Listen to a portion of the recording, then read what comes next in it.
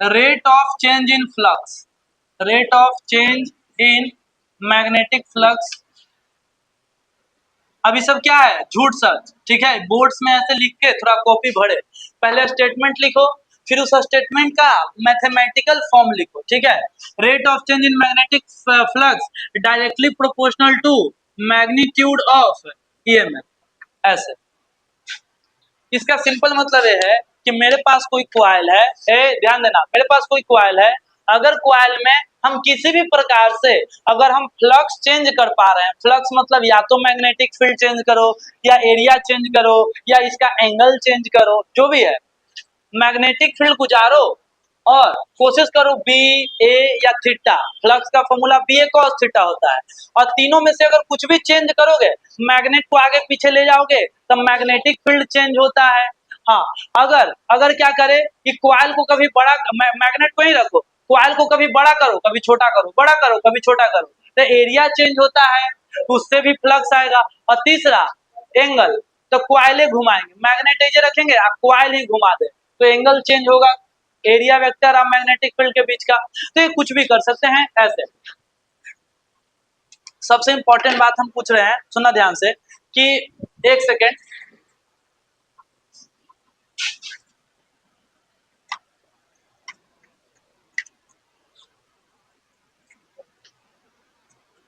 देखो हम ये चीज आप पहले देख चुके हैं, फिर भी हम पूछ रहे हैं आपसे। देखो देखो जी, ध्यान देना, ये सबसे क्या बोले, जो पूरा चैप्टर भी पढ़ लिया होगा ना, वो भी इस बात में कंफ्यूज रहता है। हम बोले ये बात बड़ा बेसिक बता रहा है कि मैग्नेट को आगे पीछे करने से यहाँ पे कॉइल में ईएमएफ आता है। क्या आता है? ईएमएफ आता है। ये फैराडे का फर्स्ट लॉ में ही हम आपको समझाएं कि कोई भी कॉइल में अगर फ्लक्स चेंज होगा तो उसमें ईएमएफ आएगा। क्या आएगा? हम सेकंड लॉ से नहीं सवाल पूछ रहे हैं, हम फर्स्ट लॉ से सवाल पूछ रहे हैं कि कॉइल में मैग्नेटिक फील्ड चेंज होगा ज्यादा या कम तो ईएमएफ आएगा, ठीक बात है। और क्या करंट आएगा, ये जरूरी है? हाँ, अगर इसको कोई क्लोज सर्किट से, बल्ब से, पंखा से, कोई चीज से अगर कनेक्ट रखे, गैल्वेनोमीटर से, तब क्या आएगा? करंट। अगर ना कनेक्ट रखे तो खाली क्या आएगा बताओ? खाली ईएमएफ आएगा, वोल्टेज आएगा, ठीक है। अब सवाल ही है कि इसको हम हटा दिए और हम कॉपी रख दिए, कॉपी।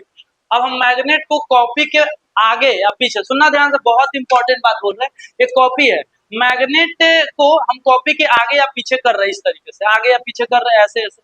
तो कॉपी के अंदर से मैग्नेटिक फील्ड लाइन कभी बढ़ रहा होगा, कभी क्या हो रहा है, घट रहा होगा। क्या कॉपी में ईएमएफ आ रहा है कि नहीं, बस ये बताओ, बस यही सवाल है। क्या कॉपी में ईएमएफ आएगा कि नहीं आएगा? हाँ, आएगा। मतलब सवाल ये है कि आपके दिमाग को एक क्लैरिटी नहीं है कि क्या ईएमएफ डिफाइंड है सिर्फ कॉइल के लिए, कंडक्टर के लिए, कि इंसुलेटर के लिए। तो इसका आंसर है ईएमएफ हवा में भी आएगा। हम कुछ न रखें, हम तो बस मैग्नेट को आगे पीछे कर रहे हैं, तो हवा में भी ईएमएफ आएगा। ईएमएफ कहीं पे भी आएगा, चाहे कॉपी हो, चाहे कॉइल हो, चाहे कुछ भी हो, हाँ, लेकिन ईएमएफ आएगा, ये बात का गारंटी है। तो सर ही कैसे हो गया ईएमएफ आएगा? देखो ध्यान देना, एक लकड़ी का कोई चीज है, वुड का है, ठीक है, वुड का, ईएमएफ आएगा, इसमें ईएमएफ आएगा, लेकिन इसमें करंट कितना होगा? जीरो। क्यों? क्योंकि लकड़ी का रेजिस्टेंस इनफाइनाइट होता है, बहुत ज्यादा होता है, ठीक है। अगर लकड़ी कंडक्टर होता तो एकरो में करंट फ्लो करता, बात समझ आया कि नहीं? अगर लकड़ी करंट होता तो इसमें भी क्या फ्लो करता? करंट। लेकिन ये बात आपको समझ में आया कि चाहे मटेरियल कुछ भी हो, मटेरियल कुछ भी हो, हवा हो, लकड़ी हो, क्वाइल हो, दिस हो, दैट हो, लंग फंग, कुछ भी हो, ठीक है, सब में अगर आप मैग्नेटिक फील्ड चेंज करेंगे तो फ्लक्स सभी चीजों में आता है। हाँ, ये जरूरी नहीं है कि करंट सब में आए, ठीक है। करंट आने के लिए कंडक्टर होना जरूरी है और सर्किट का क्लोज होना जरूरी है। क्लियर है बात? अरे बोलो क्लियर। हाँ, ये बात समझना, क्योंकि हाँ, जैसे देखो इस चेयर का ए है और ए है, दो है, तो हम इस पे कुछ पोटेंशियल दे दिए, इस पे कुछ पोटेंशियल दे दिए, हम पोटेंशियल डिफरेंस दे दिए दोनों पे, लेकिन अब करंट फ्लो नहीं कर पाएगा क्योंकि यह इंसुलेटर है। पोटेंशियल तो दे ही सकते हैं दोनों पे, ठीक है। तो खैर ये बात आपको समझा दी। खैर यहाँ पे लिखेंगे ये वाला, rate of change in magnetic flux directly proportional to EMF, ठीक है। अब इसको कैसे लिखने का तरीका था बताओ? इसको लिख सकते हैं हम फिजिक्स में D phi by D T, क्या लिख सकते हैं? इसको पहले और शॉर्ट करते हैं, रेट ऑफ चेंज तो ऊपर लिखेंगे कैसे, सुनना ध्यान से, change in flux, change in flux by time, change in flux by time directly proportional to magnitude of EMF. हाँ, चेंज इन फ्लक्स को बोलेंगे phi two minus phi one divided by T, proportional बन जाएगा constant, constant, और यहाँ पे आ जाएगा magnitude of EMF. यहाँ पे कांस्टेंट का वैल्यू 1, आप जल्दी जल्दी उतारेंगे इस चीज को, ठीक है।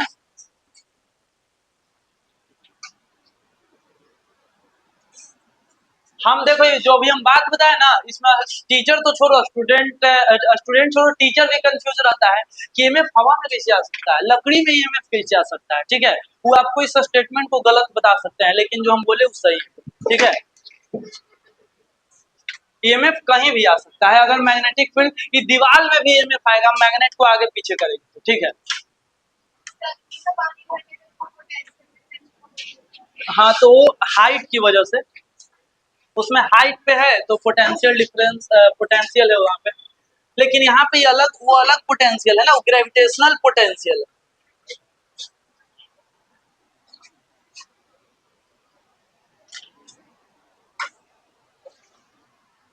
और यहाँ पे के का वैल्यू, कांस्टेंट का वैल्यू कितना होता है, 1।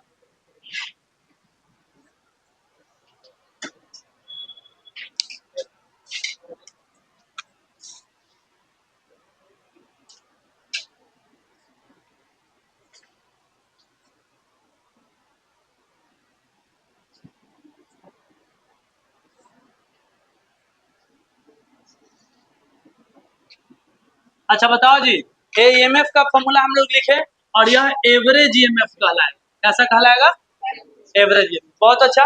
अब हम इंस्टेंटेनियस ईएमएफ डिफरेंशिएशन के फॉर्म में भी लिख सकते हैं, एल्सो हम लिखेंगे, एल्सो, सुनना ध्यान से, ध्यान देंगे, ये तो मतलब बिल्कुल बोर्ड के फॉर्मेट पे लिखे, बोर्ड्स में आप ऐसे लिखेंगे फुल मार्क्स मिलेंगे, ठीक है।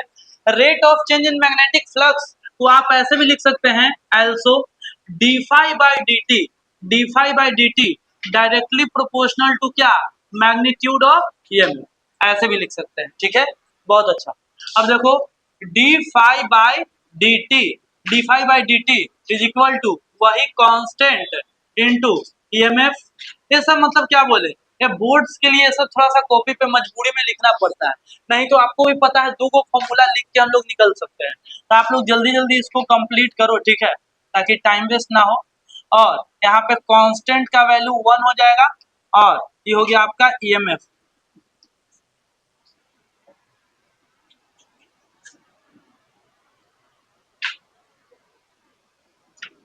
आपको पता है ना, हम मैग्नीट्यूड की बात कर रहे हैं, जब तक लेंज लॉ नहीं पढ़ोगे ना, तब तक आपको प्लस माइनस नहीं समझ में आएगा, ठीक है। तो यहाँ पे ईएमएफ जो हो गया, यहाँ पे लिख सकते हैं ईएमएफ बराबर D phi by D T,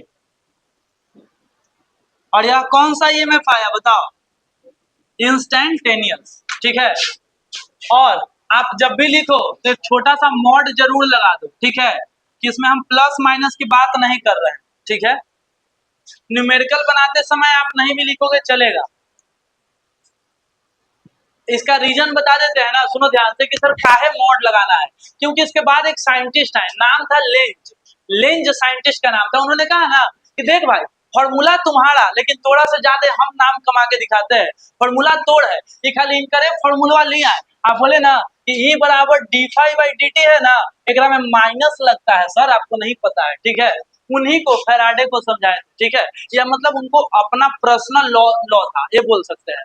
मतलब उन्होंने ऑब्जर्व किया और इसमें माइनस का साइन लगाया लेकिन मजेदार बात यह है कि हम लोग न्यूमेरिकल बनाते समय, कुछ करते समय इस माइनस साइन का वैल्यू ही नहीं करते, ठीक है। हम बस मैग्नीट्यूड पे चलते हैं, इसीलिए बार बार हम मैग्नीट्यूड लगा रहे हैं, ताकि आपको यह बात समझा सके कि रियल फॉर्मूला में माइनस होता है। अगर आप मैग्नीट्यूड नहीं लगाएंगे तो यहाँ पे क्या लगाना पड़ेगा बोलो, माइनस लगाना पड़ेगा, रियल फॉर्मूला वही है। और लेंज लॉ के बाद को समझना है, आप ये वाला लिख लो ऐसे, D phi by D T.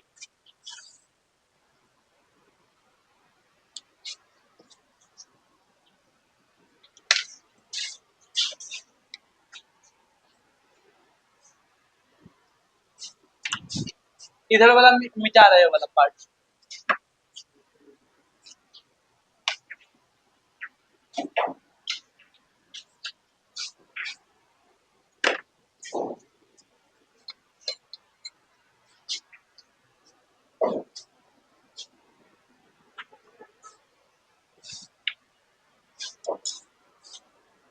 देखो अगर तुम इस पॉइंट ऑफ व्यू से पढ़ोगे ना कि एग्जाम में आएगा क्या होगा, क्या इंपॉर्टेंट है, ये सब जहां दिमाग में आने लगा तो आपको पहला बात जो भी आप पढ़ रहे हैं उसमें इंटरेस्ट खत्म होगा।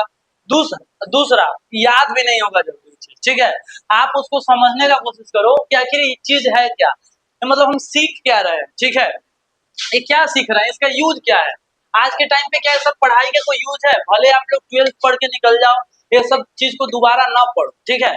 लेकिन आज के टाइम पे यह मान लो कि इन्हीं सब चीज के वजह से आप मैक्सिमम मशीन का यूज कर पा रहे हैं, मैक्सिमम जितने भी मशीन है। जैसे कि मोटर तो हर चीज का कॉमन चीज है, कोई भी चीज में मोटर मिलता ही मिलता है।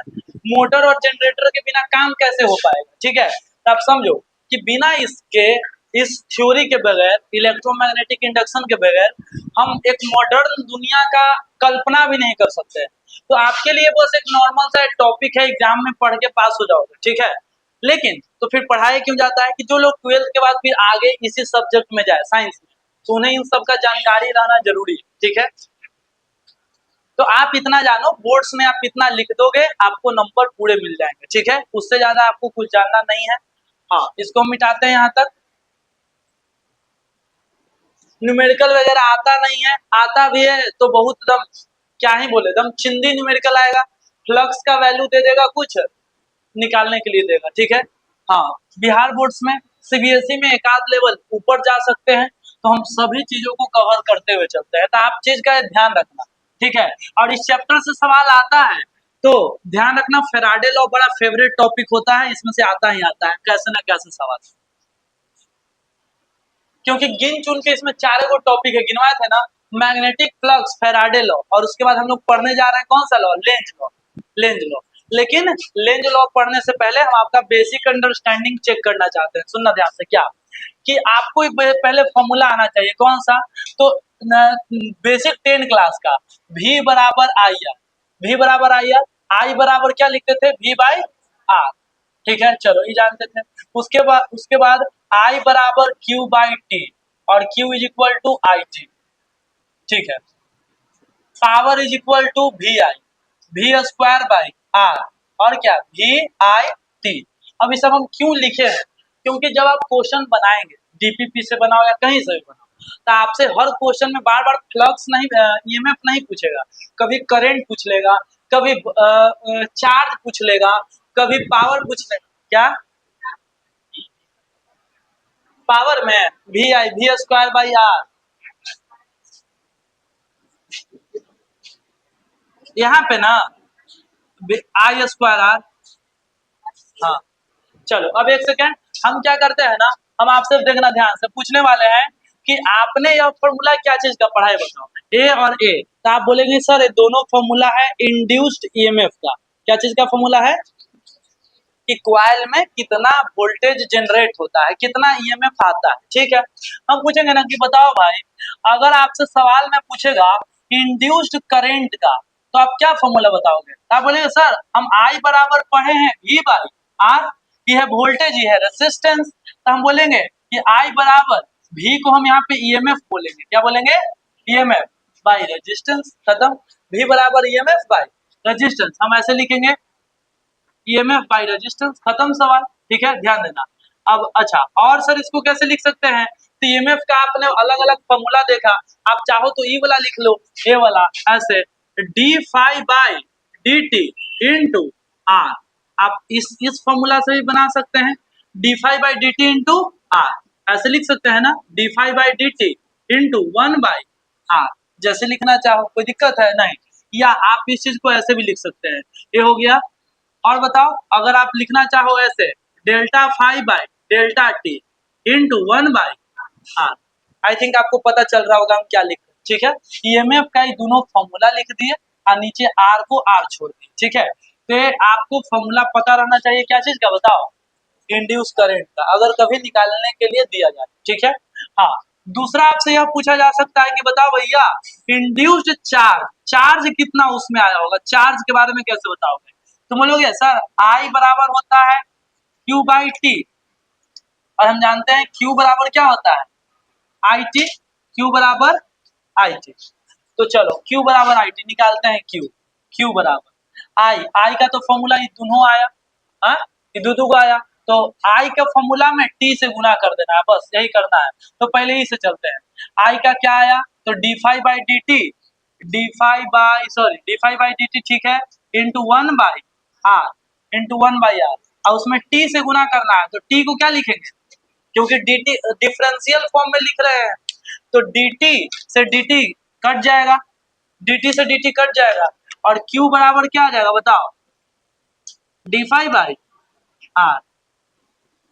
ये फॉर्मूला है, हम ये नहीं बोलेंगे कि फॉर्मूला रटो, ठीक है, इसीलिए तुम कॉन्सेप्ट समझ लो, फॉर्मूला दुए को याद करना है, इसके बाद आप 10वां क्लास के 2-3 को फॉर्मूला याद है, उसी पे सब निकाल लेंगे। क्या बोर्ड्स में आपसे न्यूमेरिकल पूछेगा? नहीं, ज्यादा पॉसिबिलिटी होता है कि आपसे एक फॉर्मूला ना पूछ के ऐसे पूछ ले, तो आप बोलेंगे कि नया क्वेश्चन आ गया, ठीक है, इस बार बोर्ड्स में नया कुछ नहीं आया है, एग्जामिनर के दिमाग पे डिपेंड करता है। इसीलिए अपना दिमाग को इस कैपेबल बनाओ कि तुम ये मत कहो कि भैया इसमें से तुम क्वेश्चन बैंक से पूछोगे कि कहाँ से पूछोगे। हाँ, लेवल नॉर्मल ही रहेगा, लेकिन वो आपसे कुछ भी पूछ सकता है, ठीक है। तो आप अपने दिमाग के ओपन रखो, आराम से क्वेश्चन पढ़ो, ठीक है, उसके बाद आप आंसर करो। तो देखो यहाँ पे आ गया हमारा चार्ज का, ठीक है, और यहाँ पे एक और फॉर्मूला बन सकता है ना, Q बराबर, चलो इसमें हम लिखे थे d5 बाई डी टी, आई बराबर फिर से लिखेंगे, आई बराबर Q इज इक्वल टू ना Q बराबर आई टी, तो आई के जगह पे भैया इस बार हम ई वाला लिख लेते हैं, delta five by delta T. आप पे समझना, ये भी इंस्टेंटेनियस चार्ज होगा जिस मोमेंट पे पूछेगा, टी बराबर इतना पे, टी बराबर जितना पे। अच्छा, उसके बाद हम लिखेंगे इंटू वन बाई आर, ये तो हो गया इतना दूर करेंट, और उसके बाद टाइम, टाइम के लिए फिर से हम क्या लिखेंगे, टी या डेल्टा टी, जो भी है, मेरा फिर से वही वाला चीज होगा, एक कैंसिल हो जाएगा, change in time, delta five by R, induce charge. चलो अब ऐसे इंड्यूस करके बहुत सारा निकाल सकते हैं, एक और निकाल लेते हैं, इंड्यूस्ड